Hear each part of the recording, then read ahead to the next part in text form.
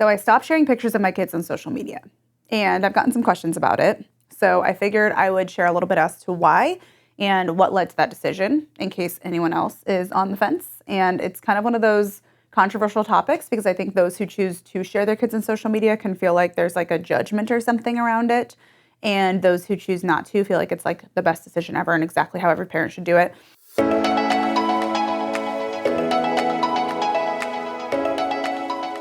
You're listening to She with me, Jordan Lee Dooley, a faith-based wellness podcast to support you in your motherhood journey and inspire you to be good to your body.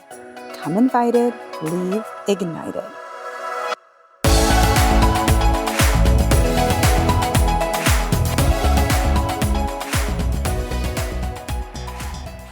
So when my kids were infants, they had their first Halloween. They wore the cutest Winnie the Pooh and Tigger outfits. I loved it. I made the cutest little video of them with, a sound from Winnie the Pooh and posted on social media thinking this is so cute.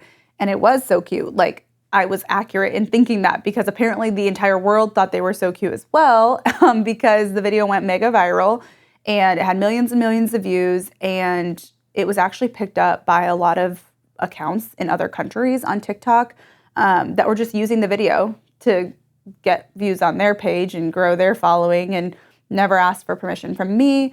So that kind of weirded me out. Like people would send me the video of my children on all of these different pages that I never gave any permission for it to be used on. But by putting it out there publicly, you're kind of indirectly risking that, even if you're not giving direct permission to use your content.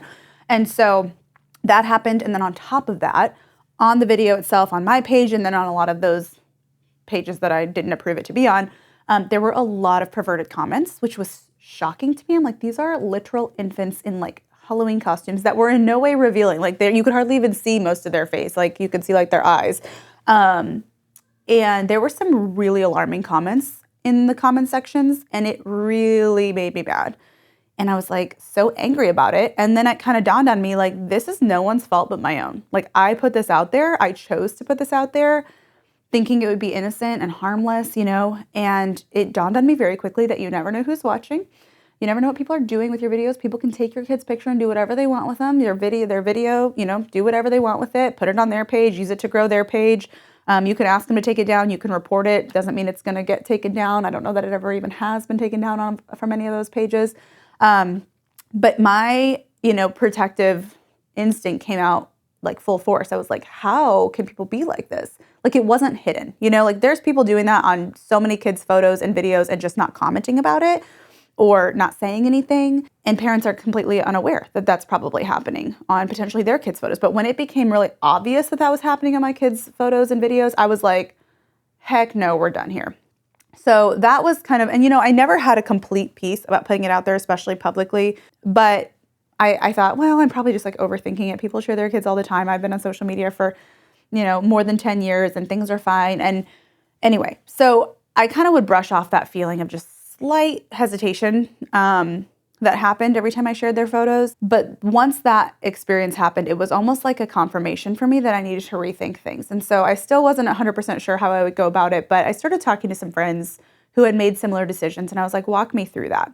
And one of my friends shared with me that one big reason she chose to kind of stop sharing their faces and, what they looked like was because she and her daughter went somewhere. I don't know if it was like a nail salon or something, but someone recognized her daughter from social media who's like 5 years old and walked up to her and was like, hi, and said her name, and like acted like she knew her. And the daughter was like, and she brought up something that she saw the daughter do and how sweet that was. And the daughter was like, how do you know that I did that? How do you know who I am? Like, I don't know who you are. And it dawned on my friend, like, wait a second. That's not the experience I want my children to be having when we're out and about, like they know things that my daughter doesn't even know that they know about them, or that how they don't even recognize this person, but they know who they are out in public. And suddenly that's kind of something that was a little bit of a yellow flag for her. And so I thought about that too. And at this point of my parenting journey, my kids were only like 5 months old. And so I thought, gosh, I don't know that I want that to happen when they're 5 years old, So that was another thing that kind of made me rethink how I wanted to go about putting the kids out there and sharing on social media. Big following or not, it doesn't really matter. It's what's out there is out there. But the biggest thing for me, because, the reality is there's always going to be weirdos on the internet. You never really know who's watching or how a photo could get into someone's hands that you don't want it to. But I would say the biggest thing for us is not so much the fear of people being pervs and weirdos in comment sections and whatnot and doing who knows what with images. But just the rise of AI technology, like how you can make a AI fake video of someone using their voice and their likeness, essentially. Like, it's very believable. It's becoming more and more scary how believable it is. And so seeing how that, it's like for all of us adults who've been online, I'm kind of like, it's kind of too late for us. Like, I don't know that we're going to be able to get all that off. So I've kind of not been so worried about me. But if I can protect my children from that, especially when they're minors and before they're adults and can choose to make those decisions, to me, to like the decision to put their likeness out there, to me, that was worth like being a little bit more conservative on. And it was really affirming for me because my mom, she's done a lot of research on this AI stuff. And in the last couple of years, we've had a huge leap in AI technology and even like facial recognition technology, which has been around for a long time, but like just the leap in those developments is kind of astounding. And she just, as like a civilian who's not like an AI expert or anything, she was able to create this whole AI video. Like, you can use anybody's photo to make this person who's like, hi, I'm so-and-so's assistant, and like just say whatever you want them to say. And I'm like, okay, if my mom can do that with pretty simple, like, civilian-friendly software or whatever, with anybody's, she said, I could use anybody's photo and do this. And I'm like, or like anybody's face and do this. And I was like, that's pretty freaky, like she obviously isn't doing it with any malintent and she's not using it for bad purposes. But there's a lot of people out there who would, and it kind of made me it just was affirming, like, okay, I need to protect their likeness, what they look like, their voice, all of those things as they grow up, and not just like utilize them for content, I guess is the best way to say it. And then I recently saw some other just developments that are happening, and I'm a little skeptical as to whether this is like real or not, but I'm not skeptical as to whether or not it will be real at some point, just with the advancements in AI technology. But something else that I saw, it was actually, I think, shared by like a web security type educator. She shared that there's people who have these, what's it called? Like facial recognition glasses that they just look like normal glasses. They're walking around, but it scans people's faces as they walk by them, and it'll bring up all this information about them, where they live, like all of their personal information that's available. It just like scans and finds it all. I'm like, that's terrifying. So I don't want my children to be 6 years old or 10 years old walking through the grocery store and someone's got glasses scanning their face and all this stuff I put out there and their likeness and all of that is being pulled out. Like, the less I can that's not to say that's going to be completely avoidable at any point, but if I can reduce the risk of that by minimizing what I'm putting out there and reducing that, I will gladly do that. And if it ends up not being an issue, great. I'm glad I was, wrong. I will gladly be wrong about that. But if there is something, like, I would rather be more conservative and more cautious and end up not being necessary 5, 10, 20 years down the road than be not so conservative and cautious and then end up wishing I was and not being able to undo it. That was kind of for us, and at least for me, what kind of drove that decision ultimately. Like, yeah, this might end up not being necessary to be cautious about, but there's a lot of reason to think it could be, between the dark web and pervs on the internet and what people could be doing with my children's likeness and AI and facial recognition and all of these things that we don't know the implications of. So maybe I'll just kind of like be a little more cautious. So that's kind of what led to that decision. I don't want to say it was like fear, it's just more like privacy concerns and caution. And, I think it's been interesting because as I've clearly made this shift and no longer share their faces online, I'll still share like, the back of their head if we're holding them or something that isn't necessarily revealing their likeness, their feet or something. And it's like, if a perv wants to do something with their feet, I'm not like nearly as concerned about it. I wouldn't love that, obviously, but it's not like them and their likeness so much as like their face and their voice, right? And so I have had people ask me like, well, if you're not going to share them and what they look like, why share them at all? And sometimes it's asked genuinely, like from a place of genuine curiosity. And other times it's asked from a place of almost like entitlement. Like, well, if you're not going to show them completely, you shouldn't show them at all. Like, I'm like, you're not entitled to see any part of them, but like, okay. Anyway, so regardless of the intent behind the question, it is a valid question. And I think my response to that, everyone's going to have a different line of comfort, right, and approach. And I don't think that there's like a complete right or wrong. It's just right for your family. But for me, it's like, yeah, the biggest thing is I don't want to like vlog everything they're doing and show their likeness and their anything that could be like stolen from their like their facial features, their voice, that kind of thing.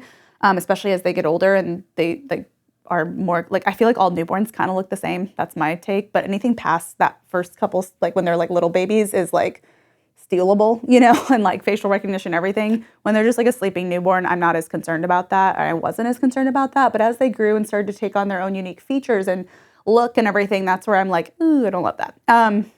Anyway, but to answer the question, I look at it like, for me, I want to be able to share my motherhood journey without exploiting their childhood.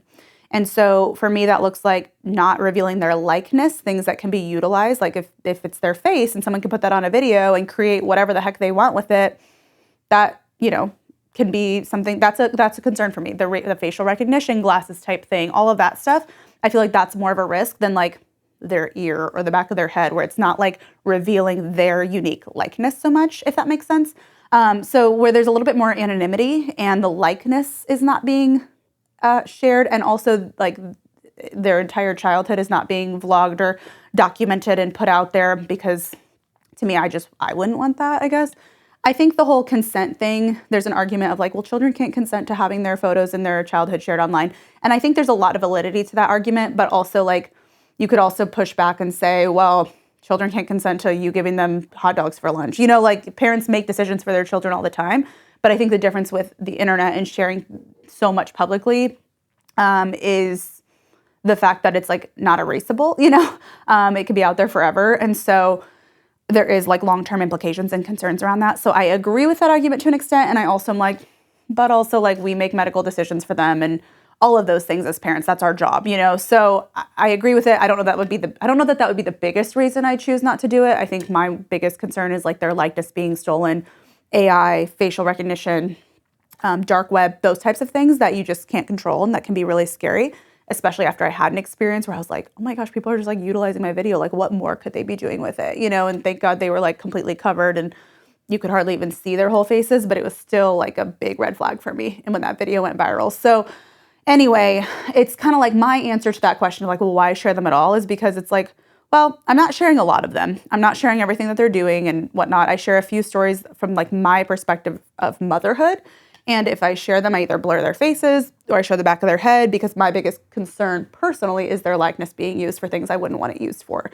And so if I can conceal their likeness a bit and not necessarily like exploit their whole childhood, I find that sharing the occasional image with the back of their head or a photo blurred or something like that is where I can share peaks of my motherhood experience without necessarily completely exploiting their childhood and using their childhood for content.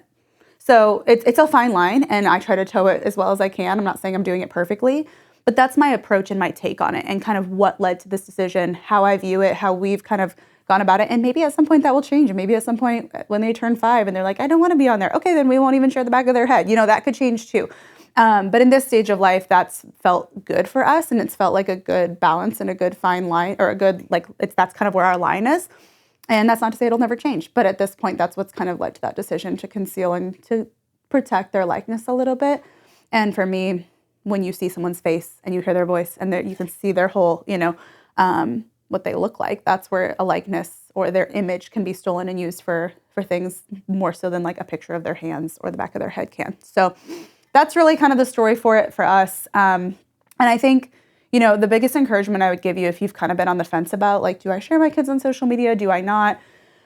I don't think there's like a you should do it this way type of response. That's just kind of why I've chosen it, especially with having kind of a public platform. But I think if you have that hesitation about sharing, it's worth listening to that. You can always change your mind later if that goes away or you have more confidence in it in the future. But for me, especially having the experience that I did, that really made me regret ever putting it out there.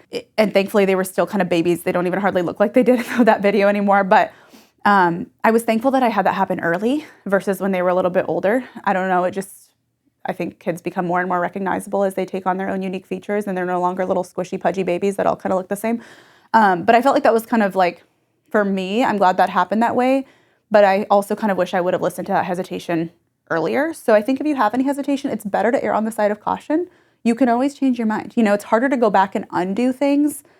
And I know it's so hard because like they're so dang cute and you're so proud of your kids. I wish there's so many cute, aesthetic, beautiful photos that I want to share with the internet because I'm like, look how dang cute my little blue-eyed boys are. Like I want the whole world to see, but I don't want the whole world to see. I want a select group of like aunties on the internet to see, not the weirdos who are going to do weird things with it. But there's no way to control that. There really isn't. And that's the hard part. And so it's kind of like, unfortunately, I think in our world, we kind of have to be a little all or nothing to some extent. I think maybe not entirely, like I said, we still show like the back of their heads, or we'll, blur their faces or something. There's ways to protect their likeness. But at the end of the day, it's like, I don't know. I think if you have a hesitation, listen to that. Just like if you have a hesitation about sleepovers or anything else that might make you go, I don't know how I feel about that. Err on the side of caution. You can always change your mind later. And if you're changing your mind like I did, I initially shared them the first 6 months of their life or whatever. And then I was like, wait a second, this doesn't feel right anymore. That's okay too. Like, you can change your mind the other way. It's just, I find that if you're on the fence and maybe you're about to have your first child, or you have an infant and you've shared a couple photos, but you're not sure you want to continue, I think it's okay to listen to that. And if family or friends or people on the internet don't get it, like, who cares? They're not parenting your child, And I will say, like, I've had to have some conversations and explain to different family members or friends, hey, this is a decision we've made. Here's why. Here's an example of why. And there's still been times we've had to ask people, like, hey, can you take that photo down? Like, our church posted something and one of our kids was in the photo, and they didn't know that was like a rule of ours. But one of my friends happened to notice it, and she's like, hey, I can say something because she works on staff if you'd like this photo taken down. And I was like, yes, actually, please do that, because, that's just out. That's a public account too. So we do what we can. We can't control everything. I'm sure there'll be a time where a photo gets out that we don't even know about or whatever. Like, if somebody shares it, we don't see it for months. But we're going to take the precautions we can, do our best, and just trust the Lord to be sovereign and protect them over, the things that we can't control, because we live in such a digital, media-driven world that churches are taking photos. And it's not about living in like absolute fear and like avoiding it altogether, because at some point, as they are in school and camps and all the things, like, there may just be something that gets shared, and we can't like live in fear of that. But what we can control, at least in my mind, like, we can control the controllables. And that's what we've chosen to do, at least at this stage, while they're so little. And maybe we'll have a change of heart or a change of mind, or, a different conviction later on due to new information or whatever down the road. But as of now, that's kind of felt like the best decision. And sometimes it requires hard conversations. Sometimes it requires unpopular decisions. Sometimes it ends up with pushback from people like, why can't you just show them? Like, it's fine. I've definitely had that. I'm like, yep, not going to justify this, to you. But I think the biggest thing that I would encourage you, if you've kind of had some hesitations around this, is like, listen to your gut, and if you change your mind down the road, that's okay too. So hopefully that's helpful, but that's a little story, a little bit of the history about why we've chosen to stop sharing our kids on social media. And as of now, I couldn't be more confident with that decision. To learn more about the She Podcast or get involved in our growing community, come hang out on Instagram at Jordan Lee Dooley, or check out the show notes for each episode at jordanleedooley.com/show notes. Thanks for tuning in today. And until next time, stay rooted in faith and remember to do the small things to be good to your body daily.